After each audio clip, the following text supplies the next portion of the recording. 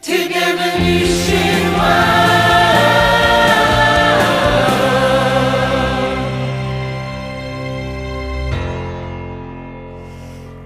Bonjour les amis de la grande famille du CE-CCE. Nous voici toujours en route vers Noël, en ce beau temps de l'Avent, devant la belle église Sainte-Marie à Orléans. J'ai une question pour toi. Où est la plus belle des crèches? Où est la plus belle des crèches?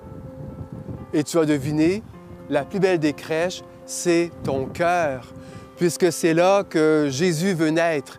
Et la première crèche a été Marie. Marie qui a dit oui pour être la mère de Dieu. On se rappelle le message de l'ange, ce messager de Dieu qui a fait de Marie la mère de Dieu. Marie qui a porté en elle son Créateur. Tu t'imagines cette petite femme de 16-17 ans qui a dit oui, qui s'est abandonnée, une femme remplie d'espérance. Et Marie a dit dans la Bible, « Voici la servante du Seigneur, que tout se fasse comme tu le désires. » Oui, nous sommes une communauté tissée, serrée. C'est avec des « oui » qu'on peut avancer dans l'espérance avec Marie. Viens, on entre dans l'église. On va aller voir le curé. T'es bienvenue chez moi. Ma porte est grande ouverte. Entrez, transforme la vie de l'amour infini. T'es bienvenue chez moi. Alors, bienvenue Jean-François à Sainte-Marie. Tu sais que cette paroisse fait partie de l'unité pastorale Notre-Dame de la Mer Bleue. Tu as déjà été curé dans cette Une belle région. Il y a même Notre-Dame-des-Champs. Une de nos écoles qui porte ce nom. Tout à fait. Alors, Daniel, merci d'ouvrir les portes de l'église Sainte-Marie. Merci, ça fait chaud au cœur. Et en ce temps de l'Avent, en ce temps de Noël qui approche, pour nous aider à nourrir notre espérance, il y a quelqu'un de notre conseil scolaire, d'une de nos écoles, qui a préparé des questions pour toi. Et ce sera en mode virtuel, tu le comprends très bien, en période pandémique. Alors, je lui laisse la parole. Bonjour, mon nom c'est Corinne Hoang. Je suis en 11e année ici à l'École secondaire catholique Paul-et-Marais. Je me suis inscrite dans le parcours Flic-Fo et je suis très enchantée de t'avoir rencontré. Alors, comment se vit Noël dans ton pays d'origine? Bien, quand tu me poses cette question-là, ça me ramène à mon enfance. C'est drôle, mais c'est comme ça, hein, je pense, quand j'ai grandi avec papa-maman. Quand moi, j'ai grandi, c'était les années 70, on attendait Noël longtemps. De nos jours, souvent, dès le début décembre, on a l'impression qu'on est dans la période de Noël. Quand je grandissais, Noël arrivait peut-être le 23 décembre, en fin d'après-midi. Et là, à partir de ce moment-là, c'est sûr qu'on avait décoré la maison, on avait fait les décorations à l'extérieur, on avait mis les lumières, installé les lumières, mais à partir de ce moment-là, la joie de Noël commençait et on y allait jusqu'après le jour de l'an. Alors, comment se passe Noël? Aujourd'hui, bien, c'est un peu différent parce que, étant célibataire, mes parents étant décédés, bien là, actuellement, je le vis avec ma communauté chrétienne. Évidemment, pour moi, Noël, aujourd'hui, c'est de me retrouver à l'église le 24 décembre. Et en église, c'est un peu comme dans mon enfance parce qu'on ne commence pas Noël avant Noël. On commence Noël le 24 avec les messes de Noël. Et cette période de Noël, c'est aussi une période de joie, de lumière. Et autant que je vis des grands rassemblements quand je me retrouve dans les communautés chrétiennes comme prêtre, autant quand je me retrouve en famille, bien, c'est plus petit et c'est très bien ainsi. Alors, c'est un peu comme à la crèche. Ils n'étaient pas nombreux, hein?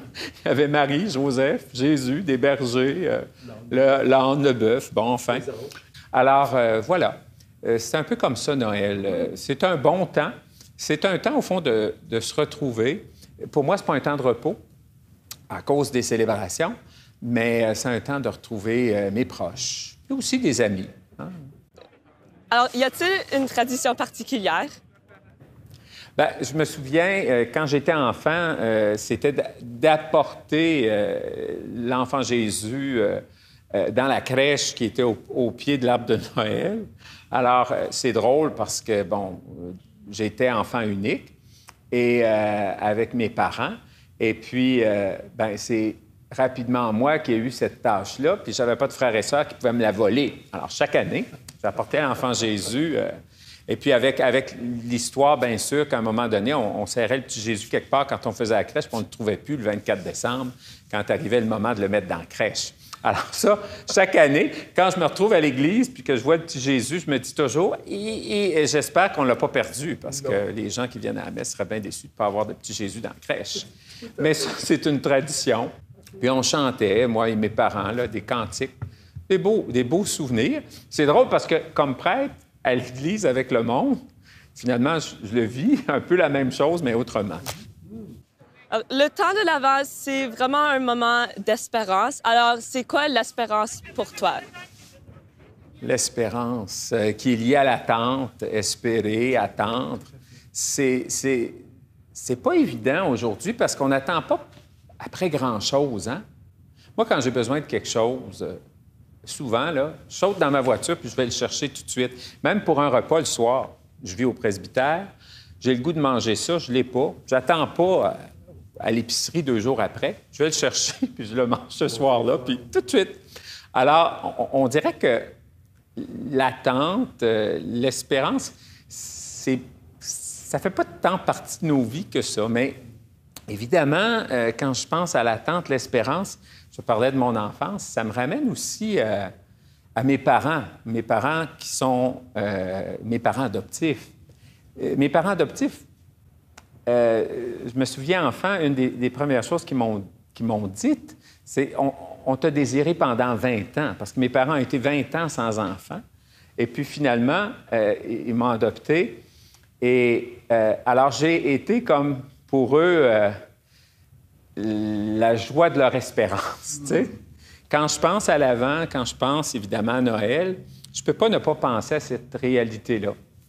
Et moi qui ensuite a goûté à la joie de me retrouver chez ce couple qui m'a aimé, puis qui m'a accompagné, puis qui a fait la personne que je suis aujourd'hui, tu sais. Mais mes parents, je pense souvent à ça, au début de l'Avent. Je me dis que mes parents, eux, ont vécu un long avant que j'arrive. Et je pense qu'à quelque part, ils m'ont appris à attendre des choses. Je me souviens, des fois, maman me disait, « Oui, on pourrait tout de suite aller chercher, mais c'est bon de désirer des choses. » Et en vieillissant, je réalise que oui, il y a des choses qu'on a besoin d'attendre, de désirer. Puis on le vit en temps de pandémie, des choses qu'on ne peut pas faire actuellement. Alors, je trouve que, je ne sais pas comment on va vivre ce temps de l'Avent cette année, mais chose certaine, on a appris à attendre parce qu'il y a des choses, on peut pas aller là, on ne peut pas rencontrer ces gens-là. On est comme dans l'attente de se retrouver, tu sais. Cette patience de Dieu envers nous doit nous aider aussi à cette patience entre nous, non? Je pense que l'Avent nous rappelle ça aussi. Comment est-ce que toi, tu vois la place des jeunes dans l'Église, mais aussi dans ta paroisse? Quand moi, j'étais jeune, on me disait que j'étais l'avenir de l'Église. Alors, je réalisais plus ou moins ce que ça voulait dire, mais moi, je ne veux pas prendre ce chemin-là. Les jeunes, ils font partie de l'avenir de l'Église, mais ils sont l'Église aujourd'hui. Et quand je vois des jeunes dans ma communauté avec les parents, quand je vais à l'école, bon, quand c'est possible d'aller à l'école, pour la remise des Nouveaux Testaments, on est allé rencontrer les jeunes dehors, là, en ce temps de pandémie. Et je voyais et j'entendais ces jeunes qui me disaient, bien, on veut connaître Jésus, on veut apprendre à qui il est. Et quelqu'un me disait, bien, qu'est-ce qui nous dit que Jésus a existé? Et je trouvais ça très intéressant. J'ai dit, finalement, c'est les autres qui nous ont parlé de Jésus.